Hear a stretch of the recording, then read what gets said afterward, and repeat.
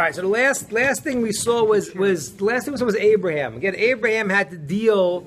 He came and he saved his nephew. We talked about that last week, and now he fought a war. This was again the first world war in history. All right. Now afterwards, Abraham got nervous. He got nervous. Why did he get nervous? Because he killed people, and that is not a cool thing. Even though he was right for doing it, he thought that maybe, he used up a lot of his merits. God had saved him, and he was nervous about his situation, to which God appears to him now in a dream and tells him that, don't be afraid, your merits are all intact, and you will have tremendous reward. Okay, and this is the major dream. It's called the Bris Ben Masarim, the covenant. This is where God makes the covenant with Abraham that he's going to be the Jewish people. So this is like a really significant moment here. He has his dream, and God says to him in the dream, don't worry, your reward is great. And he says back to God, well, and this is a crazy answer, really. He says, what kind of reward could you give me, and I don't have children? Well, it's a little weird kind of connotations like that. And what he meant by that, I want to say what he meant by that was that Abraham, his whole mission, as we talked about, was to spread this new idea in the world of God, kindness, a whole different world he was spreading. And all of his adversaries kind of felt like, okay, this guy's a pain, but when he goes, his whole story is going to go also. So Abraham was like, and this is a very wild answer. What he's saying to God, he's saying, okay, you're going to give me a lot, you're going to give me eternity in the next world and all these things, but I'm here, I'm Abraham, I'm trying to spread a certain idea in the world. Everyone's pagans, they're all barbarians, and I'm starting to bring you into the world and say there's one God. And as we said before, he opened his tent, kindness all over, and he said to people, this is the way the world works. And now everyone's waiting that when Abraham is gone, this whole mission is going to be gone. So God says, don't worry, you're going to have a child. Okay? And not only that, I'm going to give you the land of Israel. Okay, this is where we get the promise here. It's fascinating. People should see it. So he says on page 67, God says that your son will inherit you. Okay, he said suddenly the word of Hashem came to him, saying, "This will not inherit you." He thought his servant was going to inherit him. And on verse 4, only him that shall come forth from within you shall inherit you. Verse 5. So now he's like this, and he took him outside. God, in his vision, verse 5, page 67, God says, you're going to have a child. Now, Abraham is fairly old at this point. Okay? He's an old man at this point. Not as old as he's going to be when he has a child, but he's an old man. And God says to him at this point, takes him outside, and he says to him, gaze now towards the heavens and count the stars. If you're able to count them, and he says, no, I can't count them. So being your offspring, you'll have many, many children. Now, why God take him outside? I mean, I know it's very poetic. He took him outside, and I don't know if you've seen A Starry Night before, Abraham. Maybe you should see this. Like, why does the story tell us he took him outside? Look at the stars. So I want to tell you what this means. Abraham was called a master astrologer. And I don't mean the astrologers down the block on Roswell Road. No offense to those guys, but that's not the real deal. The real deal, Abraham really knew how to read the signs of the world. And we have this idea, not that the stars and the constellations and the formations of planets, not that they are what causes us to get good or bad. That's not true. That's absurd. But what this means is as follows. Let me try to explain this deep idea. When we talked about it a few weeks ago, what happens is you have the physical world and you have a spiritual dimensions that parallel it. When something's going to happen in this physical world, it first is affected in the spiritual worlds. And it steps down. And then we affect the world. When we do an act, then our act has spiritual ramifications all the way up back to the system and back down. And that's really why if you do an act of kindness, it's not only local to your world, you affect the whole energy in the world. That's what happens. Okay? So now we have this situation where you have this spiritual dimension, and when God wants to bring something down, it goes to a step-down system. If you know how to read the imprints, you could actually see, based on the situation of the stars, the constellations, the time you're born, all these different things, if you would know how to do it, you could see the imprint of the flow that you're supposed to get. It's a very powerful idea. This is why the idea of astrology, although it's kooky for most people, because most people don't know what they're talking about, but there's truth to it. There's truth to it. You know, I mean, it's like I'm a Libra. Right, which is the scales, right? Right. When in the Jewish calendar does the month of scales come? Month of Libra. What? No, it's the one afterwards. Usually October, and that's Tishrei, which is Rosh Hashanah, the time of judgment. That's not an accident. You're on the scale. That's exactly what it is. So if I go to the supermarket to buy bread, I'm there for 3 hours because I can't decide. It's like, oh, wow, this one's fortified with 8 essential vitamins, but this one's got 12 vitamins. It's like I'm weighing the thing out all the time. So you can see a lot of times this is the way people function. So that's called being able to, and of course that's very minor, but Abraham was the master of it. It says in the Talmud that all the kings used to come to him and ask them to tell him what was going to be their future. So he knew how to see the imprint of what was going to be the flow. Remember we talked about it in the book. We said that the word mazel, luck, right? You got to have a little mazel. Mickey, you want to sing for us? I would. This is in the witness program. program. You got to have a little mazel, because mazel means good luck. And if you have some mazel, you'll always have a buck. But if you have no mazel, no matter how you try and can't get by. You hit your head against the wall. Take it from there, Rabbi. So, as Mickey says so eloquently, yes, Mickey, beautiful.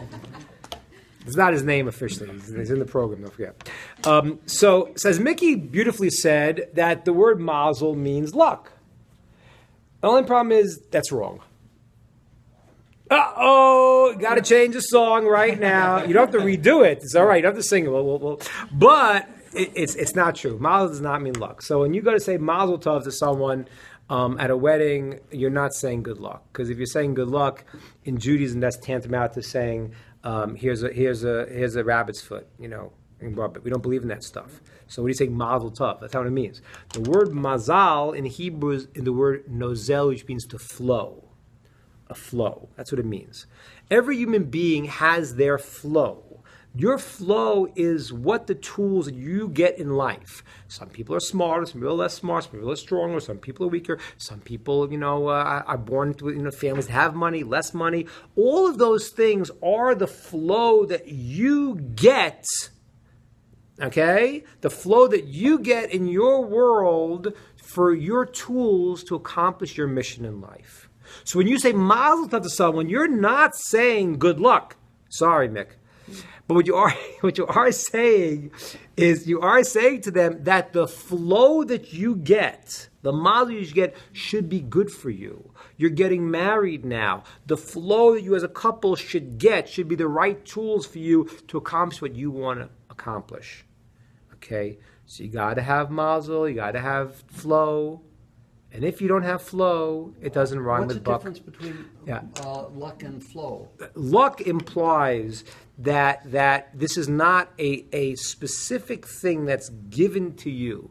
Luck, the connotation in the world of luck means you're lucky. Why are you lucky? Because you just happen to be lucky. It's random. That's a very different idea. Our idea is that every single person is given a certain model, a certain flow that is perfectly tailored to the root of their soul and what they have to accomplish in the world. And that's why in Hebrew, the stars are called the mazalot. Why they call them mazalot? Because you could actually, if you knew how to read it, like Abraham, you could see the flow that you might be getting in the constellations and the things. There's truth to this. Okay? That's the thing. So what happened was, Abraham was a master astrologer. God says to him, you're going to have a child. He says, no, I'm not. I'm not. What are we not gonna do? I see exactly who I am. I see my flow. I'm not going to have children. So God says to him, let me take you outside. What do you mean take you outside? I'm going to take you out. Get out of your astrology. Get out of that. You can go past that. He takes him out. He takes him above the astrology, above the system, that he could change the flow he gets. This is the flow you're supposed to get. You could change it. And the Talmud says that God moved the stars. It means Abraham saw him moving the system. He rearranged the system. And that's what God's telling him. Don't get stuck in this. You're not bound by this. You can go and you could change it. This is the flow you get, and you could change that. So that's what it means. He took him outside and said, look up at the stars. And when Abraham was saying, I'm having a kid, he says, get out of it. Get above it. Okay, this is so the moment that Abraham and that's why the next verse says God, he believes in God. He believes that God said what it said is true. Because that's a big deal. He's like his whole life, it's like, that ain't happening. And you see it's not going to happen, and God says, no, it is going to happen. And so Abraham left his whole belief, what he was reading, which was that he was stuck in a certain flow that he was going to get. He realized now that he can change it and go beyond it. You had some questions here a minute ago. Yeah. Yeah. This is just like a word question, but stars in modern Hebrew is kochavim. So Yeah. So when we call all the constellations in general, the word kochav doesn't mean a star. It's still, but the word mazalot refers to all the constellations, the different formations of the stars. Right? Kochav is a star, kochavim is stars. The mazalot refers to the constellations and all the various things, and there's 12, and there's 12 tribes of Israel, and all of that system. Okay, kind of makes sense, Mickey? I love it. Beautiful, awesome. All right, great. So, all right, so good. So let's see that. So then God says to him, okay, I takes him outside, go past it, and Abraham believes in it. Now in verse 7, God says to him, I am Hashem, I took you out of Ur Kasdim to give you this land. Okay? Now, the land of Israel. He's in the land of Israel right now. So this is the promise. You're going to get the land, you have kids, you're going to get the land of Israel. And he said, my Lord Hashem, verse 8, Okim, whereby shall I know that I am to inherit it? He asked God a question. Now, this is a little bit strange because the Talmud goes through a whole discussion. We're not going to try to figure it now, but he says that the Talmud says this was a flaw. By Abraham's asking, how do I know that we're going to keep it or inherit it? The Talmud says what it really meant was like, how do I know we're not going to mess up? You know, it showed some aspect of a flaw in his system. Because the answer now that he gets is a twofold answer. One is God tells him, is this whole story about this vision of these offerings and these animals, and God makes a covenant with him, which tells to him that you're going to have eventually the land of Israel, you'll have the temple, you'll have offerings there. But then he says something else to him. He says, you got to know, and this is probably a result of the fact that he questioned, which showed a flaw in him. It says now that what God tells him also is, in verse 13 on page 69, and he said to Abraham, know with certainty that your offspring shall be aliens in a land not their own.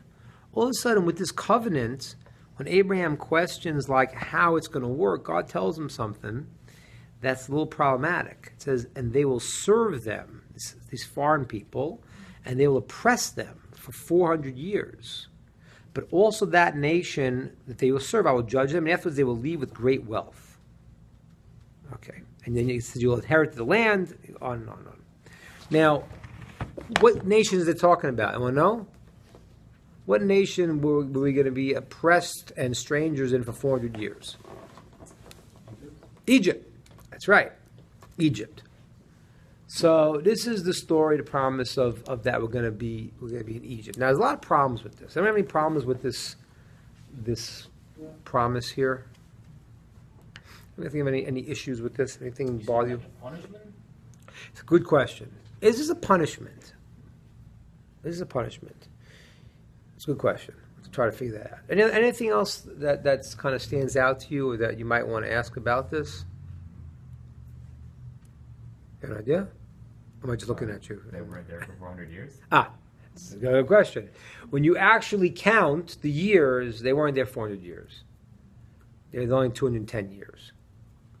They were bad at math. That's a big question, Mickey. You mentioned this before. I remember one of your sermons that it really wasn't. It wasn't 400 years. You can calculate the years. We know exactly how old some people were when they went down to Egypt. And if you calculate, it wasn't 400 years. Only it's 210 years they were in Egypt. So once at 400 years, so that's a problem. That's the second problem. Okay, it's a good problem.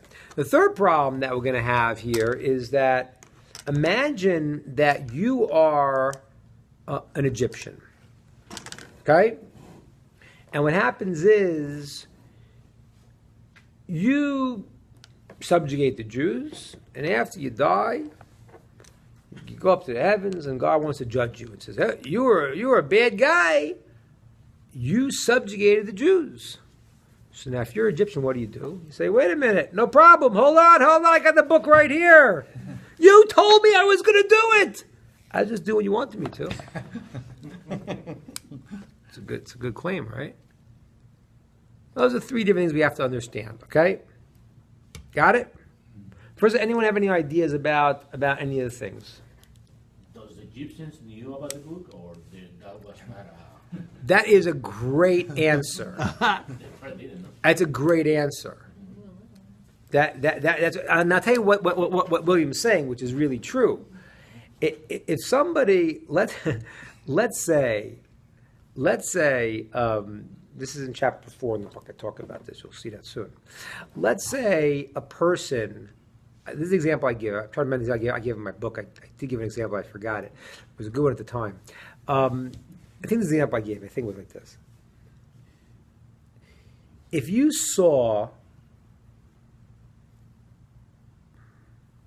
All right, this I had a good example, but I don't remember what I wrote. So I think the example I gave, something like this. Let's say you saw a guy, he was driving in a car, two guys driving in a car, okay? And one guy, God forbid, pulls out a gun and shoots the other guy, okay? Terrible guy. He's a murderer, right? Now let's say that the guy who shot the other person didn't really see what was happening. Right? He didn't really see what was happening. What was really happening was the guy that he shot was driving in the car behind somebody else, chasing someone down, about to kill them. And he shot the person who was about to kill someone else and save the other person's life. But he didn't know it. Is he a murderer or is he a hero? He's a murderer. That's right. That's what William's saying. And that's a very, very deep idea. It's so deep it kind of blows your mind. Because what it means is that there are a lot of systems in the world that God is moving. And when you do an act, your intent could change the thing 180 completely. It could change it entirely. Puts it in the opposite direction. Because right now, if you're doing the act as a positive act, yes, I'm going and I'm subjugating the Jews because God, you wanted me to do it. Then it's one reason. If you're doing it because you're looking for slaves to beat up, then you're not fulfilling what God wanted. You're doing your own negative things, and that changes. And that's an amazing, amazing idea. I mean, understand that means, because this is what we talk about when in life.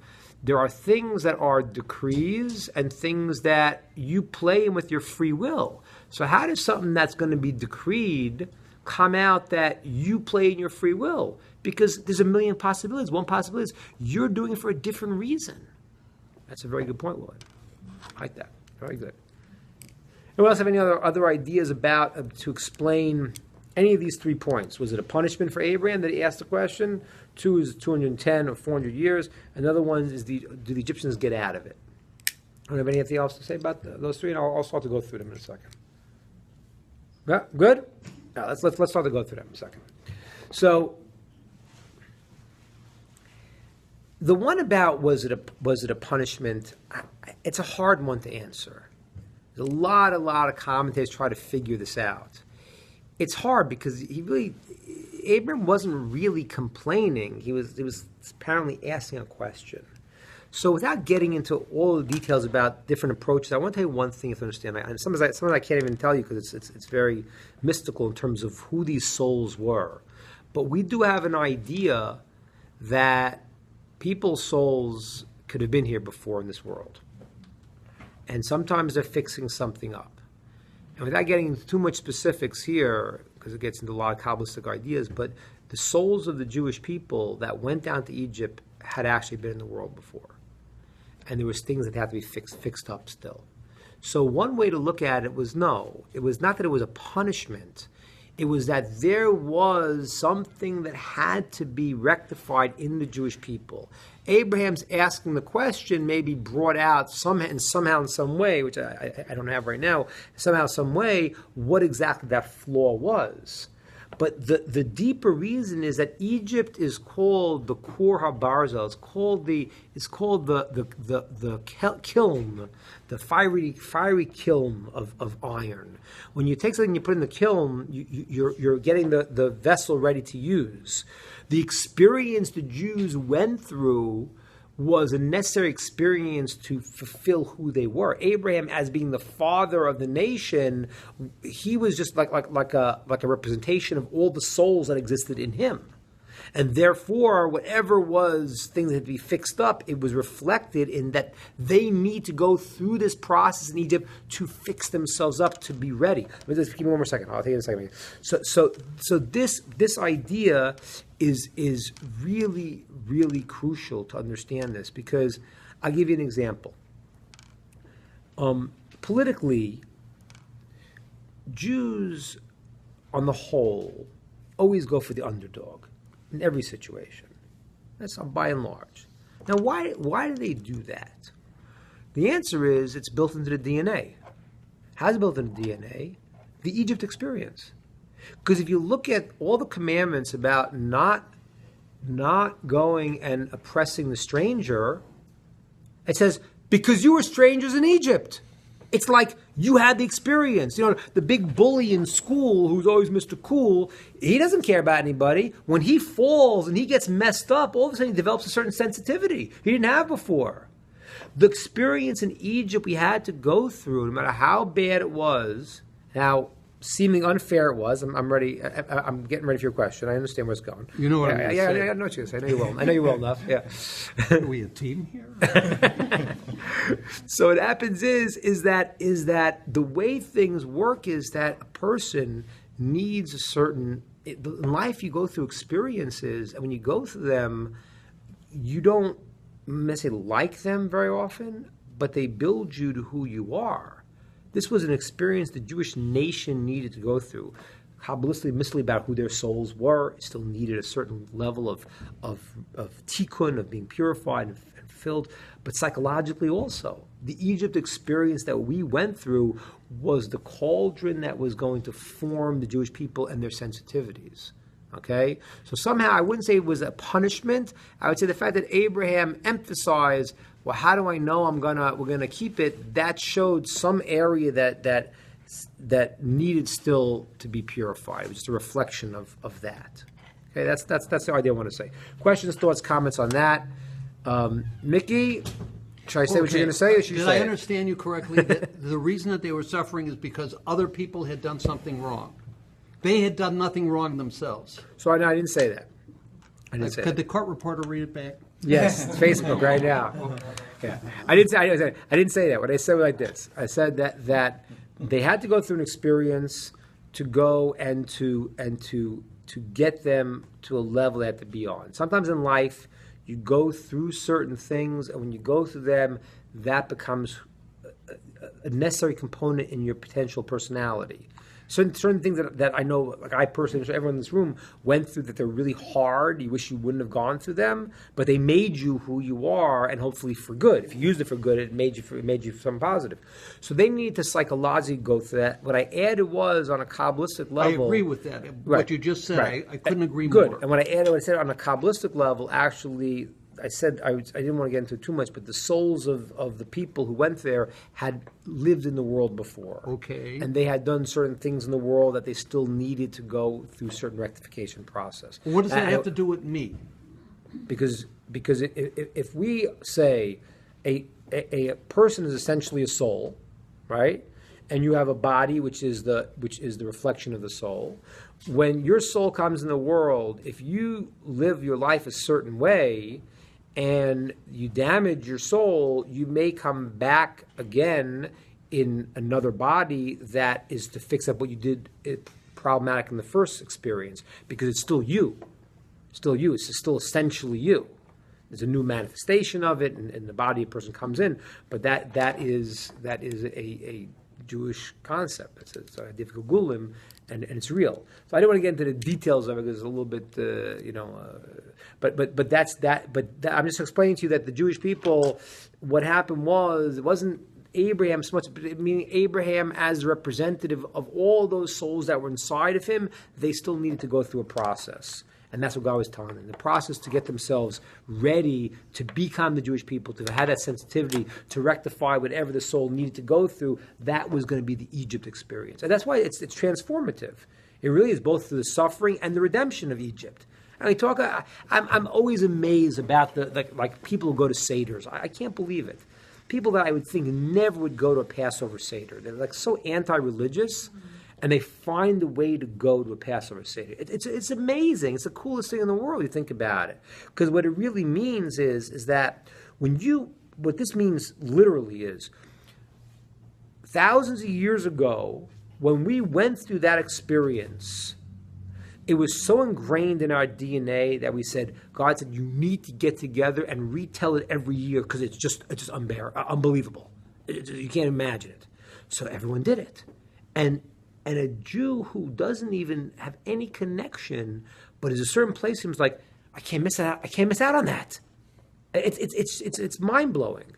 The Egypt experience was the cauldron that helped form us, both in terms of sensitivities and in terms of fixing us up, and in terms of seeing God take us out, and in terms of leaving the idolatrous views that we rejected. That all happened. It's called the birth. It's called Goy Mikarev Goy. We were literally born through that experience. Josh, you had a question, a thought, or idea? Yeah, my thoughts are that the key foundation of Egypt was to form an identity. Because it's great to have a mission statement like that stuff, but you have to have an identity. But sometimes you have to have a contrast to an identity to form the identity. In literature studies, they talk about how the Batman cannot exist without Joker, Hunt cannot exist without Colt. So you have to have, and Egypt at the time was very, all the different gods, all that kind of stuff. So by being under them, I think it formed an identity that was kind of the opposite of Egypt. Yeah, in a lot of ways. Even the idea of servitude, to be a slave and then to be a free man, and then to be a free man to say, I want to serve God. It's like, whoa. Because that is a very powerful thing. If you're like a slave and you don't get freedom, then but then you get free and you say, now I'm going to take, instead of being that negative slave to a human being, which we're not allowed to be, we turn this to a certain relationship with God. It's very powerful. So I agree with you. It's a very good point. All right, Rabbi, we're saying that it's good to be sick, so when you feel so better, I'm not saying you're saying it, but a person is ill. We've all experienced that. And then you feel better. Is that good then that you were sick because you wouldn't feel better because you're healed? In a certain sense, yes. Let me explain to you what sense it is. In a certain sense, yes, because this world is an experience of when there's darkness, and then you remove darkness, you experience the light. If everything was always that light, you wouldn't understand anything. You wouldn't. You can't understand.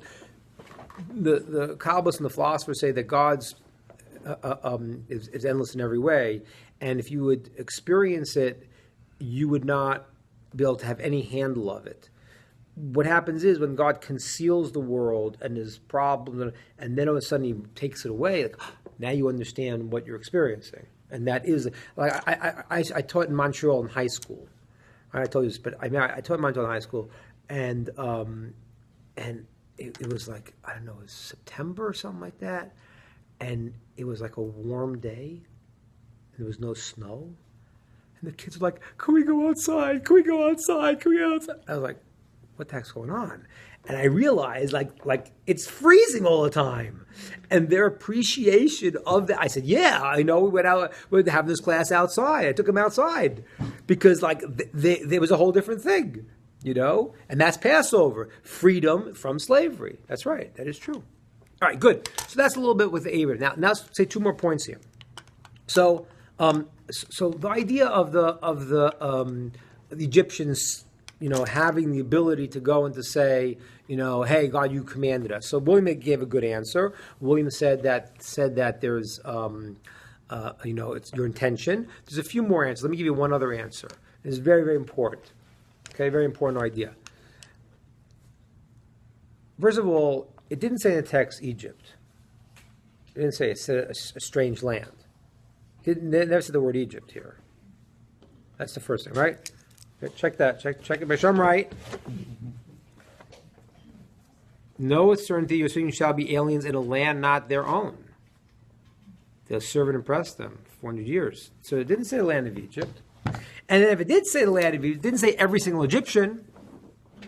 So what happened is that the Egyptian, if it was going to be the land of Egypt, so first of all, it didn't have to be Egypt. If Egyptians would have been all wonderful, theoretically could have been in a different place. Right? You hear that? Now, even if it was Egypt, not every Egyptian had to be the one to choose to enslave the Jews. And let me explain how this works now. There's a really beautiful idea. You need to understand this. It's called Merishoim Yetzu Resha. From bad people, bad things come out. From good people, good things come out. Really, it's really an important idea. What does God do? It says all day. He makes matches, combines things. This one for this one, this thing for that thing. That's what the Gemara said. I talked about it last week. What does that mean? Let's say right now, I want a cup of sugar. Okay? But I'm not going to get a cup of sugar. For whatever reasons, I shouldn't have a cup of sugar. Maybe I don't deserve it. Maybe, you know, it's bad for my health. All the different reasons. I'm not getting a cup of sugar right now. Okay? Now, there's two people in the world. One's willing to give me the sugar. One's not willing to give me the sugar. But I'm not supposed to have the sugar right now. So what happens? Who do I get set up with? The jerk won't give me the sugar.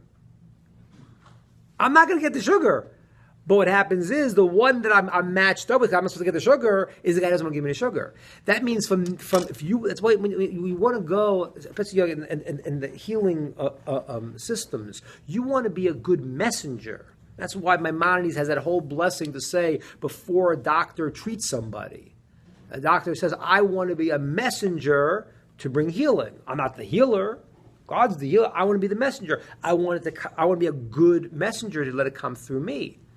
And so therefore, in life, what happens is there's the possibility that certain things may be meant to happen to you in some way or another for various reasons in your life.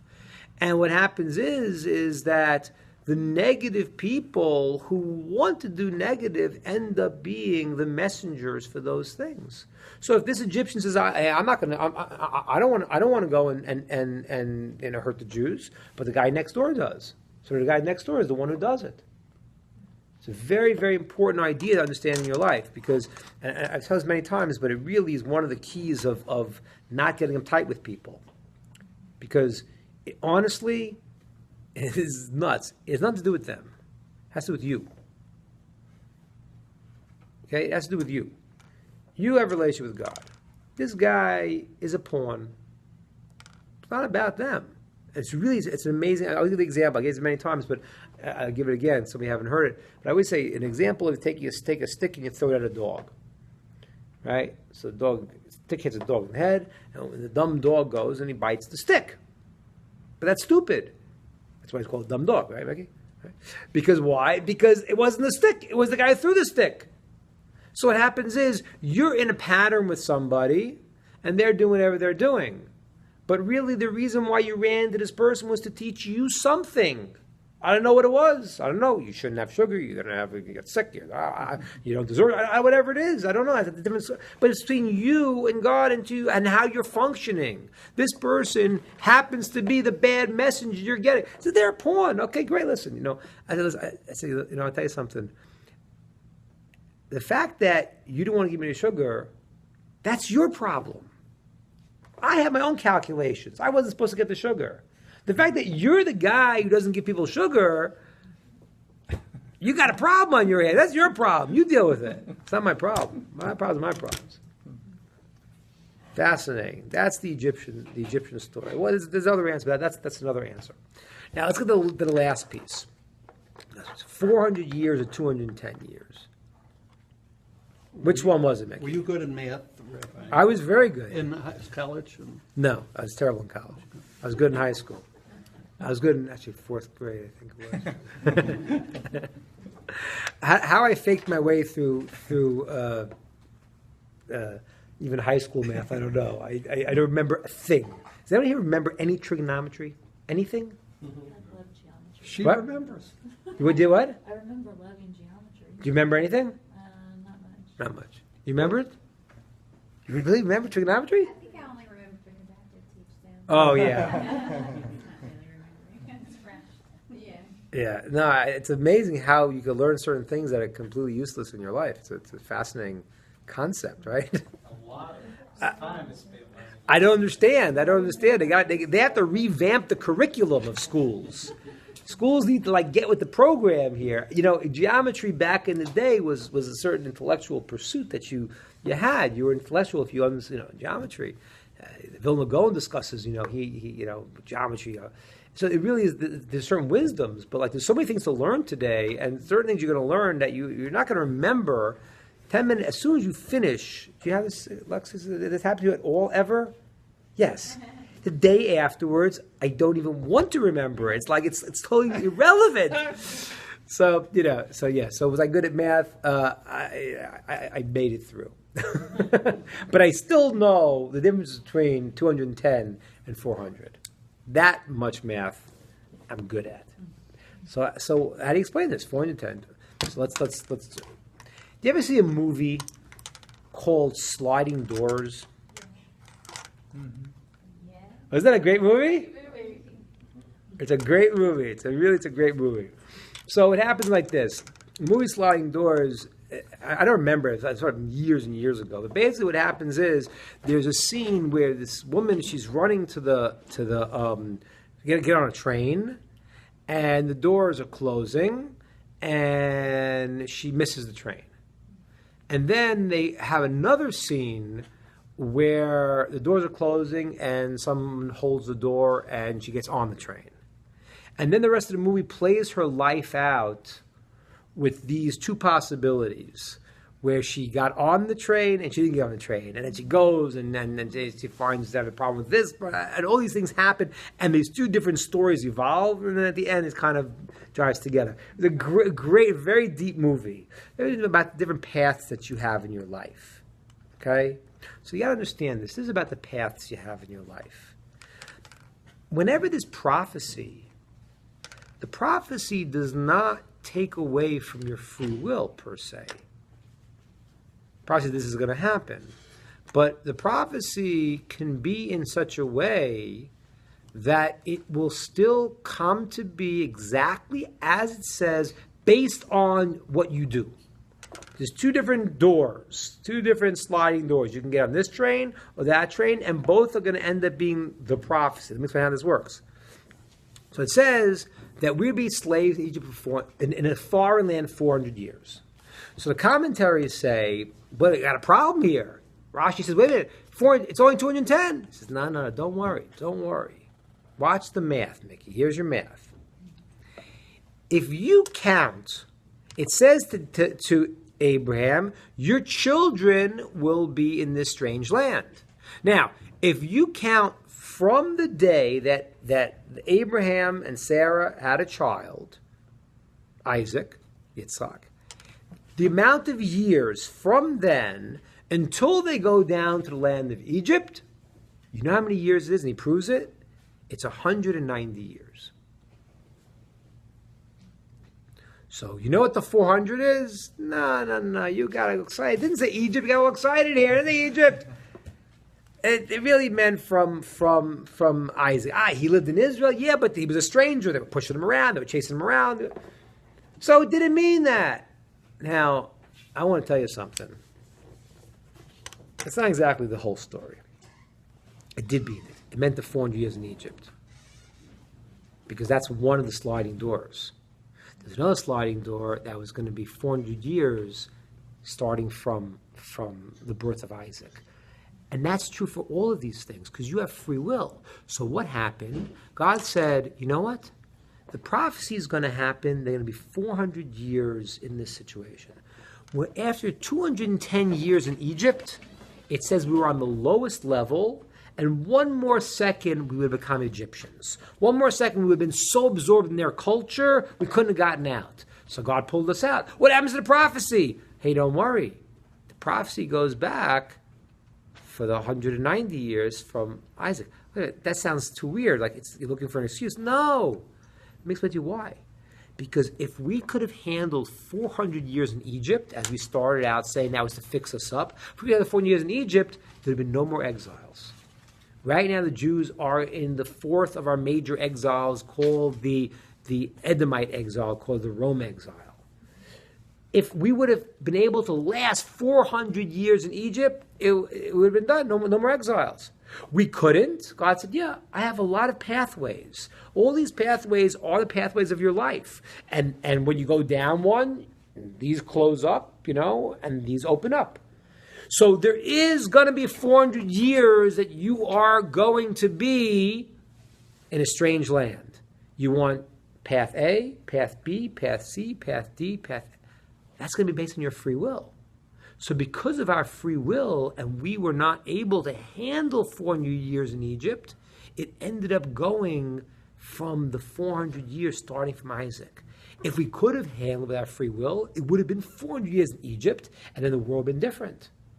But that would have been a different expression of our world. That's the movie, right? It's exactly the movie, right, G? It's exactly how it goes. So that's when you have to realize that the deepest, most amazing thing is that God directs the whole show, and you have total free will. Complete contradiction. It's a complete paradox. He's directing the show, but you have free will, and you do your free will, and you're playing out your thing. I know it's correct. I know. Hold on, Mickey. I even know what you're going to ask me. Hold on. Take a deep breath. Take a deep breath. Want some water? Yeah. So that's the most. It's a paradox that there are certain systems. You're going to be in Egypt. How many years you're going to be? But it's set up in such a way that the beauty and the depth is that you have free will, you're doing your thing, and God's still moving the whole show to get you where you have to be when you have to be there. That's the idea. Chaim. Mickey, go ahead. Shoot. Hey, man. He's asking you, what do you think? Beautiful. Free will, but he has a path you're going to have to take. Got to cook it, Mickey. Got to cook it a little bit. Very, very good. Watch the movie.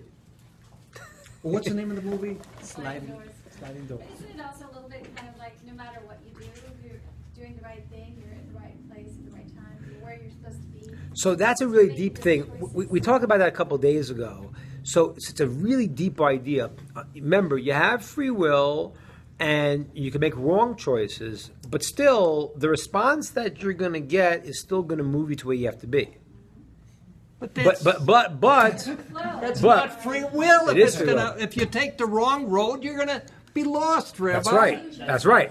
So is anybody with me here? Let me explain. Then.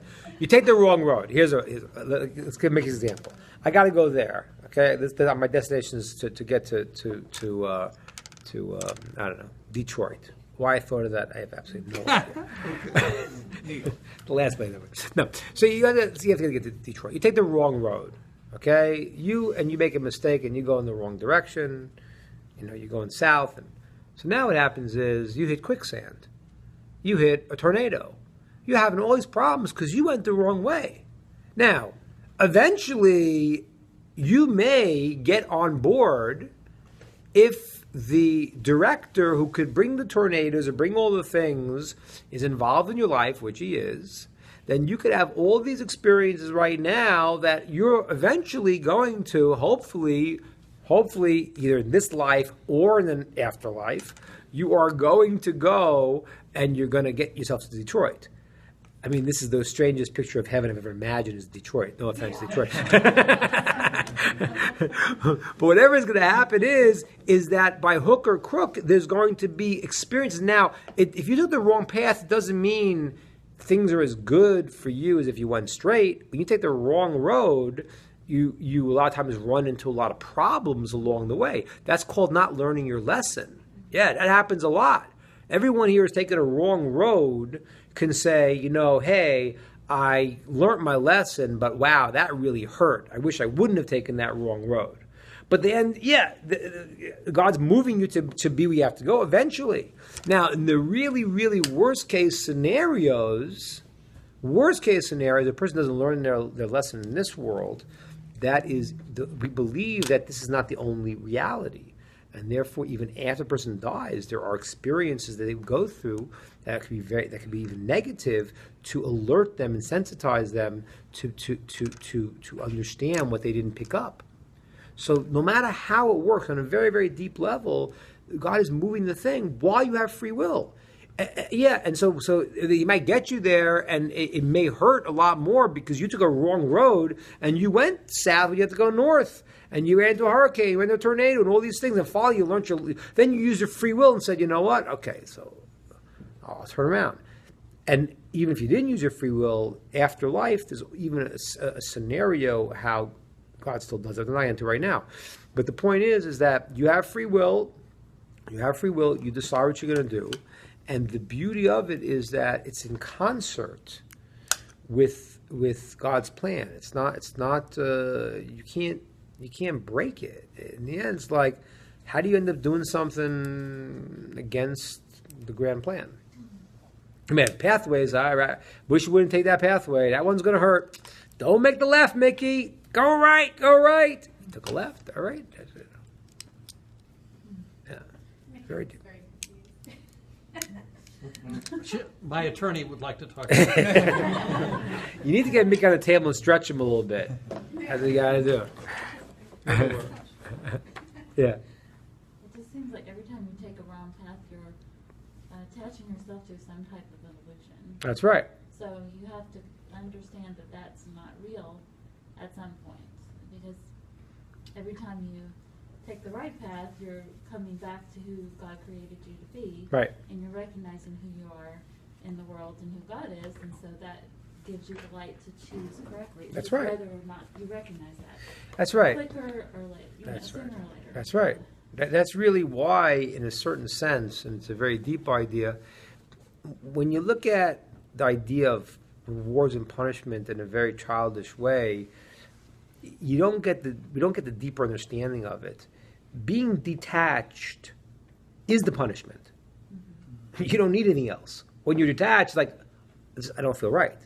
It's not like you need something else. That's what it is. It means that the reward of a good thing is a good thing. The reward of a bad thing is a bad thing. It's mitzvah, which means that so now you're detached. Now you're miserable. Now all these things start falling, and then you realize, oh, this is not good.